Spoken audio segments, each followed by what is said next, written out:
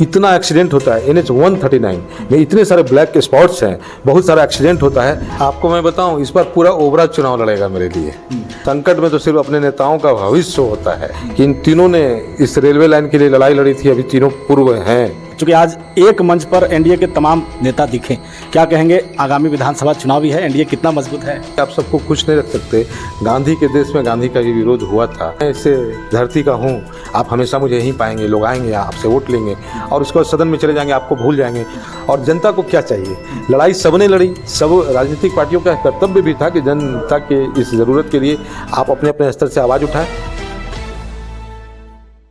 जी नमस्कार, मैं हूं राज पाठक और आप देख रहे हैं बुलेट न्यूज़ टीवी। देखिए, आज बाबा साहब की जयंती है, उससे लेकर के इस वक्त हम दाऊद नगर में हैं, जहां पर सभी जातीय और धर्म के लोग एक मंच पर, खास करके एनडीए का एक बड़ा कार्यक्रम जहां पर डॉक्टर प्रकाश चंद्रा ने इसकी अध्यक्षता किया है और उस पूरे कार्यक्रम में बाबा साहब की नीतियों को लेकर के बातचीत हुआ। हमारे साथ में डॉक्टर प्रकाश चंद्रा हैं, लोजपा के प्रदेश उपाध्यक्ष भी हैं। इनसे बातचीत करते हैं कि आज बाबा साहब की जयंती को लेकर के समाज को क्या कुछ संदेश देना चाहेंगे। सबसे पहले तो बुलेट न्यूज़ में स्वागत है। नमस्कार राज पाठक जी, और आपके सभी व्यूअर्स को भी मेरे ओर से ढेर सारी शुभकामनाएं। और बाबा साहब की जयंती है आज, हम चाहते हैं कि एक समृद्ध समाज बने, लोगों को जहां संविधान के द्वारा अधिकार मिला है, अब समय आ गया कि लोग कर्तव्य को भी समझें।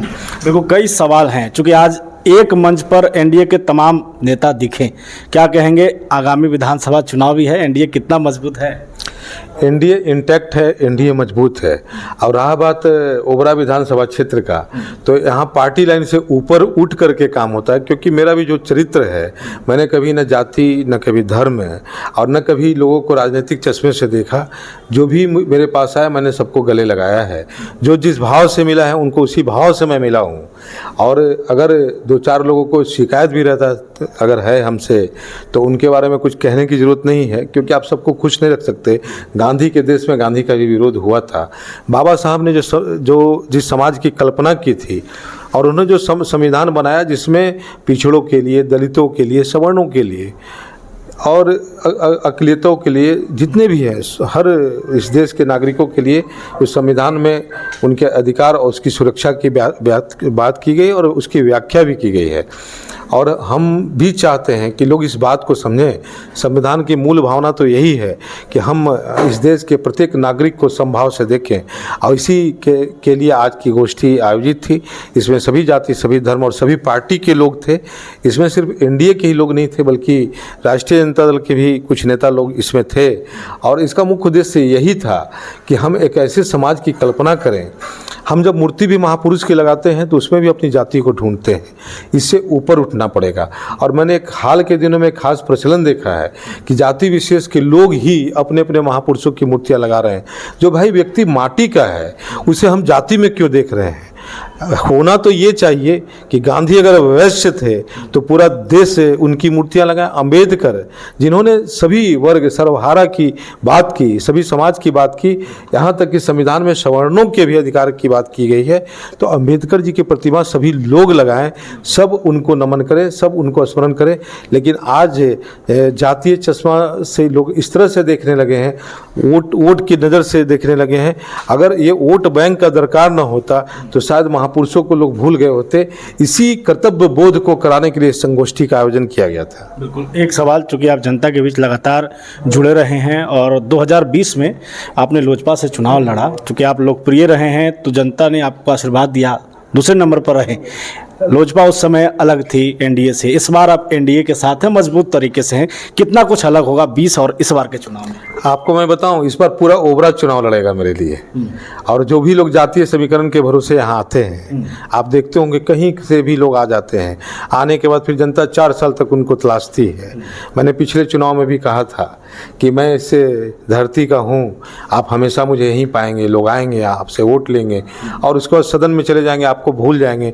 फिर आप 4 साल तक उनको ढूंढेंगे, गाली देंगे, फिर 5वें साल उसी तरह जातीय चाशनी में परोस करके और नेता लोग आपके सामने दहाड़ेंगे, अपील करेंगे, आपको बताया जाएगा कि आप संकट में हैं।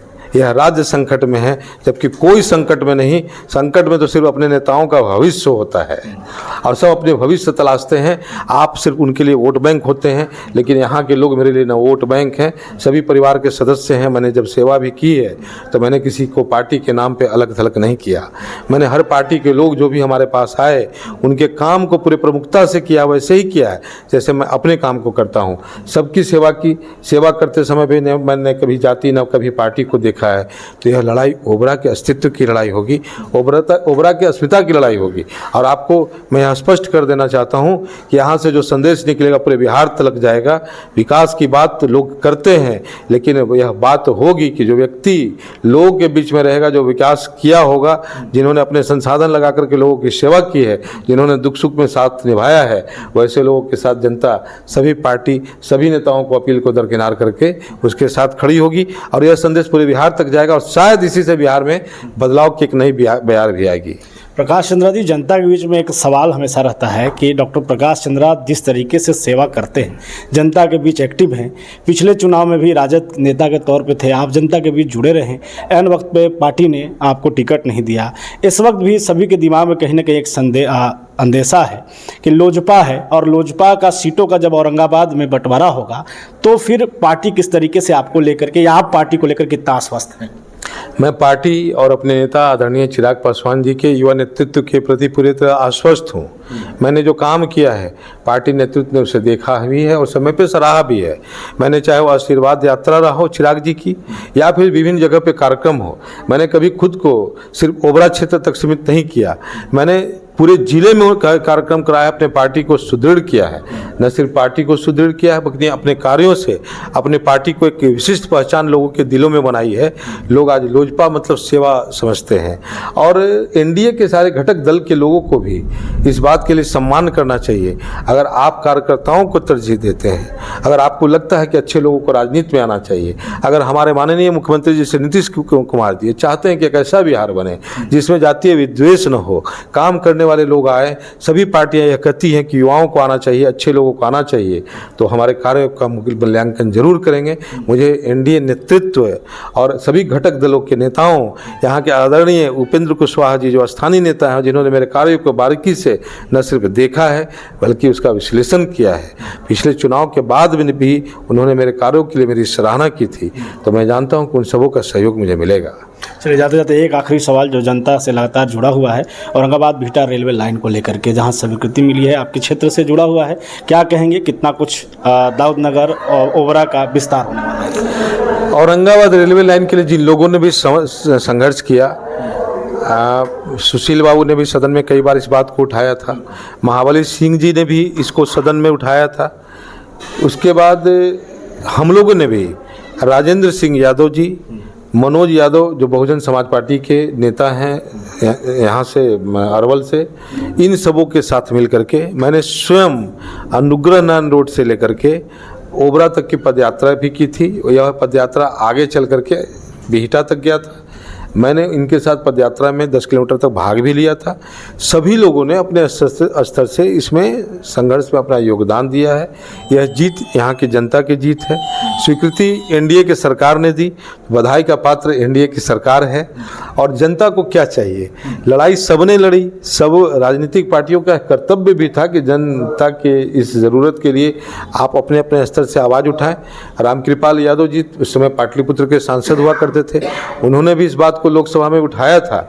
तो जितने भी हमारे नेता हैं, चाहे वो सुशील कुमार सिंह जी हों जो हमारे पूर्व सांसद हैं अभी औरंगाबाद के, हमारे पूर्व सांसद काराकाट आदरणीय महाबली सिंह जी हों, अथवा हमारे पूर्व सांसद पाटलिपुत्र रामकृपाल यादव जी हों, एक संजोग है कि इन तीनों ने इस रेलवे लाइन के लिए लड़ाई लड़ी थी, अभी तीनों पूर्व हैं, लेकिन उन्होंने अभूतपूर्व कार्य किया है। जनता इससे प्रसन्न है, ओबरा की जनता की तरफ से ही नहीं बल्कि पूरे पाटलिपुत्र और मगध के लोगों की तरफ से मैं इन सभी लोगों के लिए, जिन लोगों ने और उन लोगों के लिए भी, क्योंकि इस लड़ाई को मैंने बहुत नज़दीक से देखा है। जिस व्यक्ति ने जो सबसे पहले आवाज़ उठाया था, हमारे पास हालांकि उनका भी फ़ोन नंबर भी नहीं है, राजेंद्र सिंह यादव जिन्होंने जन जन तक जाके संपर्क करने की कोशिश की थी, मनोज यादव जो बहुजन समाज पार्टी के नेता हैं, चूँकि अगर कोई भी पार्टी का व्यक्ति अगर समाज के लिए अपनी आहुति देता हो तो उसका स्मरण करना चाहिए, क्रेडिट लेने के होड़ में नहीं फंसना चाहिए। अभी तो बस शुरुआत है। इस योजना को समय से पूर्व संपन्न कराने के लिए या फिर पूर्ण करने के लिए प्रयास करना चाहिए।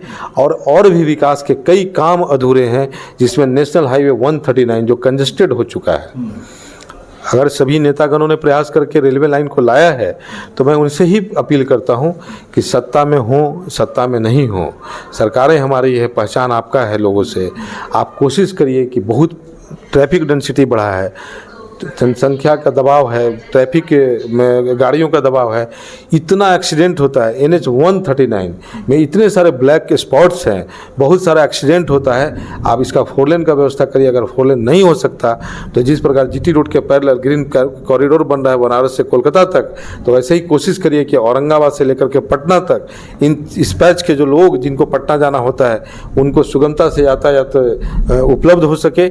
इसके लिए आप एक 4 लेन या 6 लेन की व्यवस्था कराएं, क्योंकि जब तक 4 लेन लाएंगे पॉपुलेशन डेंसिटी 8 लेन का हो चुका होगा। तो आप यहाँ पे बल्कि 6 लेन रोड की व्यवस्था कराएं।